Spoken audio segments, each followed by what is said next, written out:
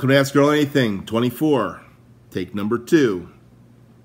Today's episode is remotely being recorded, and I'm going to get started right now and jump right in.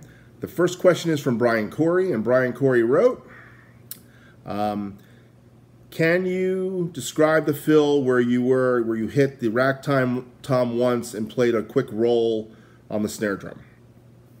So, that fill was part of the intro to the last show. I actually put that same kind of a fill on the intro to today's show. Okay,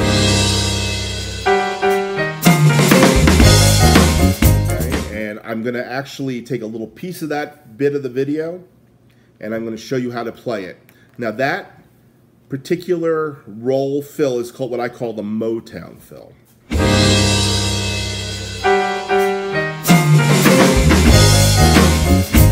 Motown fill is basically one hit on the tom, right hand, left, right, left, left, right, right, left, and I do a left, right. So sometimes it comes out being 7 strokes, sometimes it comes out being 6 strokes.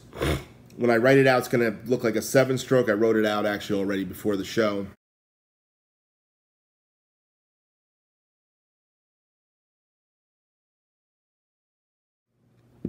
But it's doom da bam boom, and it's a roll. It's kind of like, it's a sloppy roll, to be honest. It's not a clean roll. It's not drum corps roll. It's a very kind of a, it's got the little funk on it, okay? And that's what it was in Motown. Doom da bam boom.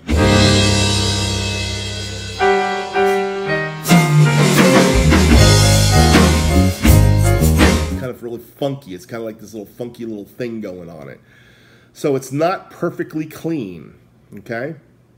But I'm going to show you a couple clips of that. Slow down, starting fast to slow down, and then I have it written out for you. So Brian, let me know if that works, and if it does, great. If it doesn't, I'll try to do it next week on the show again, and I'll show it on the drum kit. But I couldn't demonstrate it. By the way, this week I came here to Asheville, North Carolina, and the only drum I brought with me was a Doombeck, so I could jam with my son-in-law. And I forgot to bring a drum pad and sticks. Okay, normally I have that in my bag, but my wife used my bag, and I changed that whole thing. So I don't have a pair of drums. I don't have a drum pad and sticks, so there's no practice this week. So, not that I practice anyhow, but just want to let you guys all know that. All right. The next question. The next question is not there. Oh, there it is. Here we go. The next question is from AR Drummer. And AR Drummer, Adam, he asked the question, I just acquired a vintage 28x14 marching bass drum. I'm converting it into a kick drum for a drum set. My question is, do you think I'm crazy for doing this? Do you have any experience with any large bass drums or on drum kits? Laugh out loud. Yes, I do. I owned a 14x24-inch Marine Pearl Ludwig bass drum years ago. That was the biggest bass drum I've ever owned. I almost bought a 26-inch bass drum. A couple years ago in Charleston, South Carolina, I was on a business trip, and I found a fiberglass Pearl from the 70s, 14x26-inch bass drum with the 7/8 Pearl hardware that I use. It came with 2 tom holders. It was strange. I thought I'd get 2 freebie tom holders out of the deal. It was $100. I thought I've had the find of the century. Till I tried to figure out what it was going to cost to ship it to me. And what it was going to cost to ship it to me was $120. So it was going to have to come through freight. And I said, nah, I'm not spending $220, $250 to buy a bass drum. But $100, I was going to buy it. I think large bass drums are really cool to have. I always wanted to have that bottom sound in my house, you know, in my studio. I don't know how practical it is for taking it out on gigs, but it's kind of cool. I think what you got, Adam, is a really cool bass drum. I've seen the video of it now. So enjoy it, you know. You might want to go for that double-headed sound that Bonham did. He had 2 pieces of felt strip on it, and it was wide open. And it has a different sound. The problem with the big bass drums is the beat or hitting center doesn't happen. So you're going to hit lower than center, okay? Just like on little bass drums, it hits higher than center, unless you buy the riser for the little bass drums, which is what I've done. So, anyhow, that's the way that works. So, you know what I mean? Pretty cool. All right, my next question comes from Drum Covers by Bill. And Bill's question is, if I can get to it, having one of them days today. Let me get to Bill's question. Bill's question is, and this came off my, I don't know which video this was this week. I don't know. Oh, it was Love Roller Coaster. Okay, Ohio players. Bill asked, I apologize, but it's probably been asked before, but how did you become so proficient in so many genres? And what's your personal favorite genre to play? I'd guess jazz. It's just, I don't think I've ever seen anyone so well versed in any genre. Great work here, Earl. Thanks. Thanks, Bill. Appreciate that.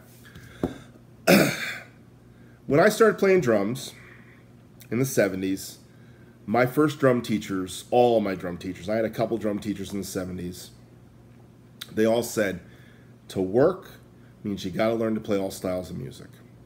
So it wasn't good enough to just learn how to play rock drums. Today, a lot of kids only want to learn how to play rock drums. But my first teacher taught me how to play a rock beat, taught me how to play a bossa nova, how to play a rumba, how to play a cha-cha, how to play a swing beat. That was what you were taught, to play all styles of music, because if you're going to do any gigs, you had to play all styles of music. Most drummers that grew up in the 70s listened to big band drumming. We heard big band in our parents' house. We heard Frank Sinatra. We heard Buddy Rich. You know, that was it. There wasn't Modern Drummer magazine when I started playing drums. By the time I got into my second or third year, Modern Drummer had come out. And what drummers were they featuring? The jazz drummers. The Buddy Riches, the Louis Bellsons. You'd read an article on somebody like Steve Gadd or Jeff Porcaro, and they would say, I learned from my dad, and my dad taught me how to swing, taught me how to play a shuffle, taught me how to play the blues. You had to learn all styles of music. So I grew up learning all styles of music. So I don't have a particular genre I love, but what I do try to do when I play drum covers is play in the genre of the music I'm playing. So that's a big deal to me. I try to stay in that genre. So when I play a heavy metal cover, I want to sound as close to a heavy metal guy as possible. Now, I realize I don't have heavy metal chops. That's why when guys ask me to play, can you play Anthrax, or can you play, there's certain, the really speed metal guys, you know what I mean? I'm trying to think of a name of one. Like recently somebody's asked me to play. There are certain genres I just say, no, that's not my thing. I don't do double kick, that I don't do that. It's not me. Can I play hairband metal? Sure. Poison, Metallica. You know, Lars really isn't that hard to play. It's just playing hard and playing with the right sounds of your cymbals and drums. Alex Van Halen, he's a rocker. He's a blues rocker. Bonham was a blues rocker. Most of the guys that playing in those genres were blues rockers, okay? But when I was playing weddings and stuff, I had to play in such a way that I could play all styles of music, you know? So that was really important to me. So I don't really have a favorite style, and I would say jazz is probably not my favorite style, even though I've learned how to play jazz because I've studied jazz. And why did I study jazz? Well, the guys that I listened to that I wanted to emulate in the rock field all listen to jazz. So it's kind of like a progression for me.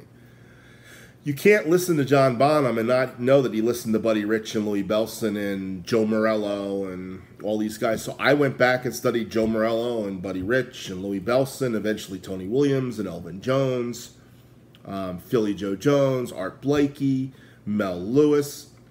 So now I've got all these old timers I'm listening to, okay? And they listen to guys like Davy Trough and Cozy Cole.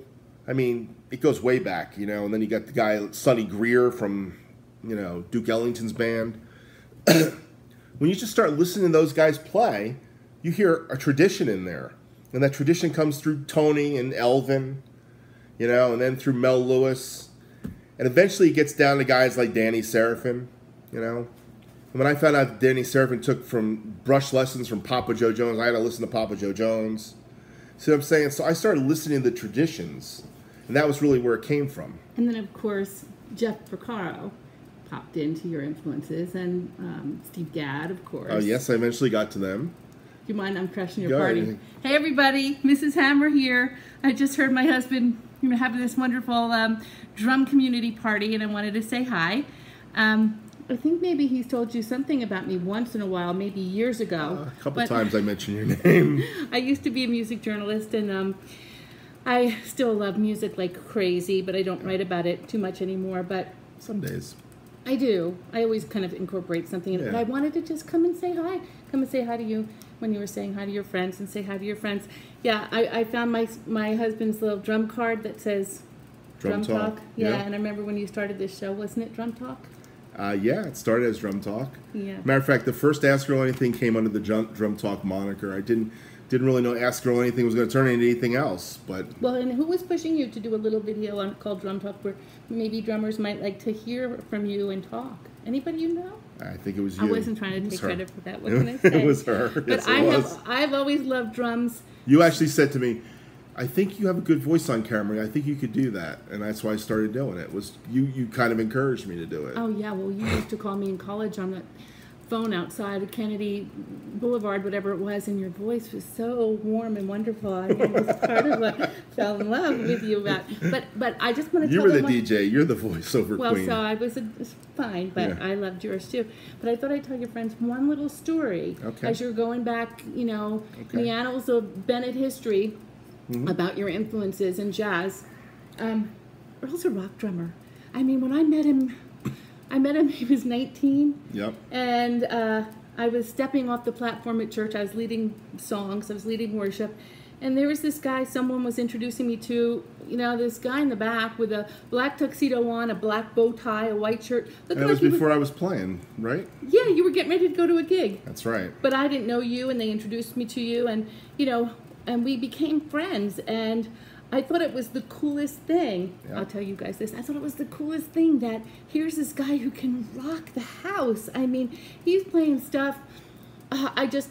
In high school, when I didn't even know him, I used to stack up my 45s. Yeah, I know I'm ancient, but I used to stack up my 45s and play them for my friends after school, like get playlists before the cassette thing happened and before the iTunes and stuff like that happened.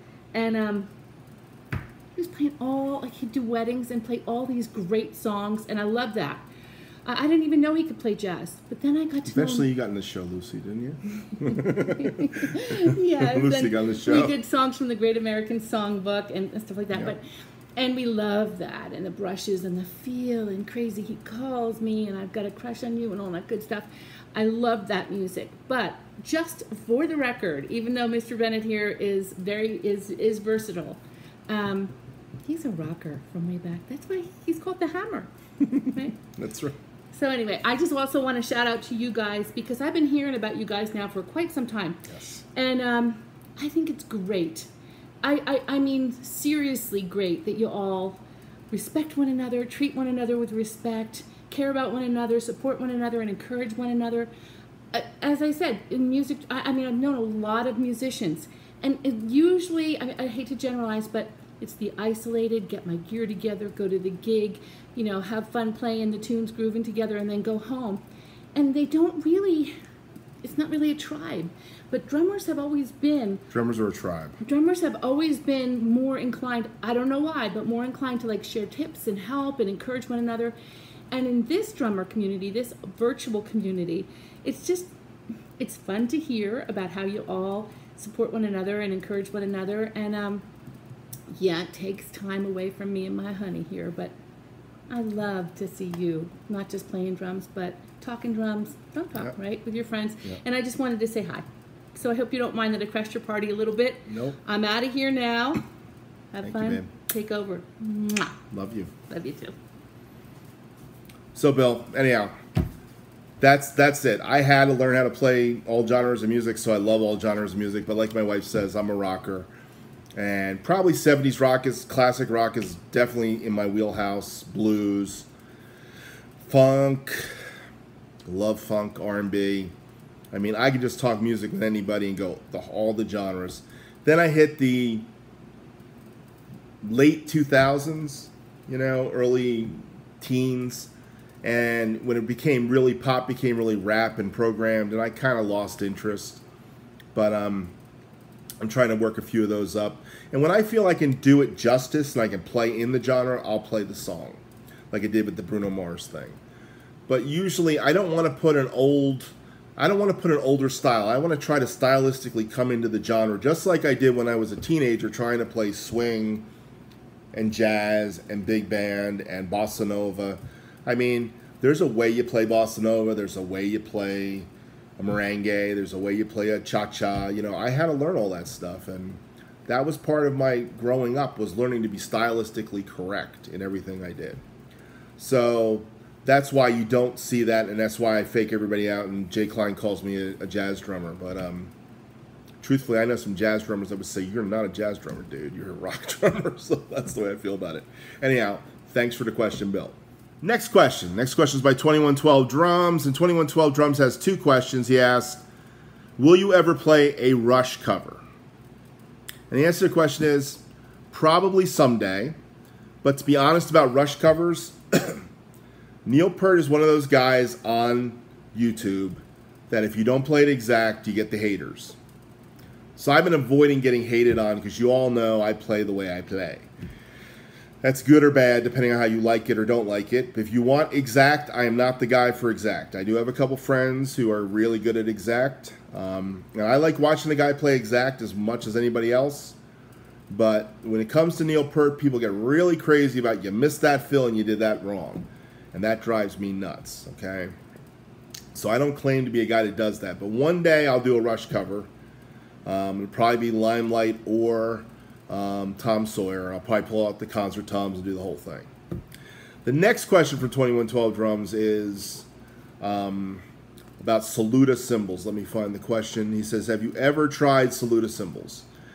And the answer to that question is quite simply no. I have not tried Saluda cymbals.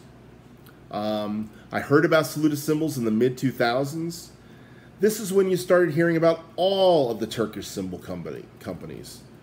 You know, Istanbul was the first Turkish. I did this a couple of weeks ago, last week's show maybe even, where I talked about Istanbul being like the first non-Zildjian company after Sabian. Okay, and Sabian was part of the Zildjian family. Istanbul came out of that K factory, okay?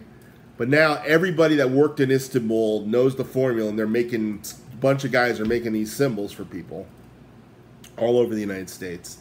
And there's been every different kind of company, from Saluda being one of the first that I heard of was Saluda. But, you know, it started with Bosphorus, Crescent eventually, Saluda, Heartbeat, Soul Tone. All of these cymbals come from that line. If you find something you like, buy it, okay? For me, if it's my good hard-earned dollars, I can go down to the music store and pick a cymbal I like. I can't pick Saluda anywhere. I have to go online and buy it. For me, it doesn't make sense. But if you live near a place or you've heard a Saluda cymbal you like, okay, its market value to resale is not as good as Zildjian. It's not as good as Sabian or Paisti or Istanbul. Okay, any of these other line cymbals, except for maybe Bosphorus, may keep some of its value, right? The majority of the cymbals are not going to keep their value that you pay for them, but you're going to pay close to Zildjian and Sabian money on it. So that's always been my driving factor. Am I willing to buy something that I can't resell for a decent amount of money, or I don't like it as much just because I got it a little cheaper? Okay, and that's been my driving factor why I don't want an endorsement with Saluda or Soul Tone or Heartbeat or anybody else. I'm not going after that, okay? I have nothing bad to say about any of these cymbal companies. If you like their cymbals, play their cymbals, okay? But as far as me wanting to play Saluda, I don't have any desire to play Saluda, and I'm not going to pay big bucks for it. Now, if somebody handed me one and I found this like beautiful cymbal, and I'll be the first one to come up and say, hey, got this, I love playing it, okay? But I grew up in a time when Zildjian was the only cymbal company. The only serious choice was Zildjian. That's when that started, way back when. And Sabian wasn't around yet. And Paisti was around, and we didn't hear much about them because they were pretty much the Swiss German-made company that didn't have a distribution heavily in the United States unless there was Rogers drums associated with it by the time I got to it. Ludwig used to sell Paistis back in the 60s if you look in the Ludwig catalogs. The early Giant Beats were in the Ludwig catalogs. And if you were a Ludwig endorser, you got Giant Beats. And that's why Bonham got Giant Beats, and that's why Carmen Appice got Giant Beats. So there really wasn't a lot of cymbal companies back when I started. And, of course, I want to stay with the biggies. I've had plenty of Zildjians, I've had plenty of Sabians, and I've gotten a lot of Paistis now. And I like all of them. So I'm a cymbal guy. All right, so that's that question. And my last question comes from Jay Klein. And Jay Klein asked the loaded question of the week. And the loaded question of the week is, being part of the drum community includes watching and commenting on lots of videos. I'm sure you're just as busy as me. What is your routine for watching and commenting on drum videos? Do you watch the videos in their entirety? Boy, that is loaded, Jay. So let me be real. I'm going to be honest on this video, okay? And let me say it to you this way. My viewing habits is I watch videos and comment mostly early morning. I get up usually 4 a.m. to 5 a.m. I'm up. And the first hour of the day, I have a little quiet time, and I usually then watch some videos and comment on some videos. I have a lot of friends on YouTube community and a lot of guys I support and a lot of guys I comment on. There are guys that I watch their videos pretty faithfully to their entirety, and there are other guys that I watch part of their videos and encourage them, okay? What keeps me watching a video is when I see excitement in the playing. When I see a guy who's playing with some energy, playing with some excitement, either playing it exact or playing it with their own thing, and I feel them driving it, and I see it, that turns me on. When I see a guy who's got a great drum sound, it turns me on. When I listen to a song I love hearing, it turns me on, and I'll listen to it in its entirety. When I'm listening to somebody just putting out a video and it's not really in the pocket, but they're trying, I'll encourage. You know, I don't want to diss anybody in this community. There's plenty of room for everybody in the community to play, and everybody needs to be encouraged to keep going further and getting better at their craft. Okay, I don't need to be the guy to tell you, you know, you screwed that lick up. I don't need to be that guy. There are plenty of those guys that do that to me. Not most of the guys in this great community that I'm talking about, but guys outside of it that come in and they get a little weird on stuff. I mean, I did something this couple weeks ago, man in the mirror, and I had some guy that this was one of the weirdest comments I've ever got on a video, actually. It was a guy who had man in the mirror because his video came up next to my comment when I was responding to his comment, and basically he said, I'm glad I could help you out. I was like, wow, that's an interesting question. Comment. I'm glad I could help you out. I'm looking at the guy. I don't know the guy. I don't know who he is. I didn't watch his video of Man in the Mirror, that's for sure. I watched some real good covers of Man in the Mirror before I played it. I mean, there was this one guy who was really at gospel chops. I commented on his video. If he ever watches it, I thought you were awesome. I thought you were much better than mine, to be honest. Had cool gospel chops. He had an SBDSX in it. That's what gave me the inspiration to throw the SBDSX in the thing. This guy, I maybe watched 2 seconds of his video to say, yeah, he did it. He doesn't seem to like be anything special, but he was kind of like saying, you're riding my coattails. That's what you get on YouTube. You get guys like that. Well, he had 70,000 subscribers and I don't know how many 100,000 views. So he said, glad I could help you out. I'm glad you can help me out too, dude. You didn't say you liked my video, didn't like my video, but I guess when somebody hit your video, my video showed up there because I got 5 videos in for the week and I'm in the queue, and Man in the Mirror, I get popped up and somebody got to see mine. That's YouTube. All right? So I don't need to diss anybody. I try to encourage everybody, and like my wife was saying before, you know, it's a community and I enjoy the community and I'm going to keep encouraging you guys. But what keeps me in a video is that there's something interesting in it. And it's not just drum covers. I like watching talking videos. Some of you guys do talking videos, and if you got something to say, I will watch it. If you're doing something cool with a drum or re-engineering something, I mean, I've watched the guys that will talk. All right? There's a guy on here called Bonzolium. I've thrown out to him a few times. I don't watch all his videos anymore, by the way. He's gotten way bonzoed. I mean, I'm not John Bonham freak, okay? I understand John Bonham. I love John Bonham. And he goes down that. But I watched his videos for Paisty. That's why I watched his videos. And I still watch some of his videos. But I realize that there are guys that will talk about stuff and people will watch it. And I'm one of those guys who will watch videos of somebody talking about something cool. All right? So if you do a talking video and you keep my interest, I'll stay in it. I'm sure that's why some of you guys watch my videos, because I keep you interested in some respects, you know? But if your plan is cool and dynamic and you got a cool looking kit and it sounds good and you're in the pocket, I'm more likely to stay the whole video than if it's not. If it's just there and, you know, some of the dressing is there and you do some cool video things, but it's not in the pocket, I'm going to tune out quicker because I'm listening to guys play. You know, I started watching YouTube for the pros, to be honest. I was trying to find all the pro videos. Jeff, Carlos Vega, J.R. Robinson, Vinny Colaiuta. That's how I found a lot of these guys that were basically doing those covers of those guys. You know, the great players.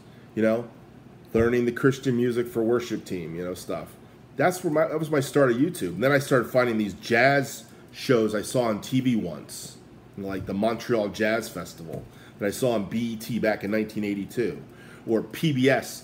Maynard Ferguson's band playing on PBS, you know, was during one of those Begathon weeks, you know, and there's Peter Erskine playing Rocky, the theme from Rocky, and I thought it was the coolest thing ever watching him play that whole thing he did. The solo section was off the chain.